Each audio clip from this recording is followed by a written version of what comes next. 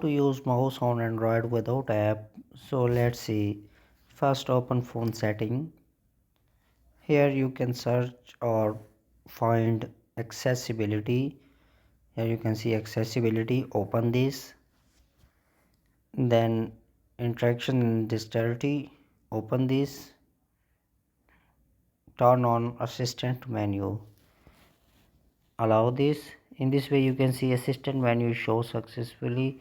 So tap on assistant menu, then tap next page.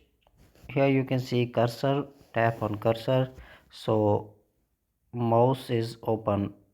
You can use this easily. You can open anything, scroll down or scroll up. In this way you can use mouse without any app. Thanks for watching.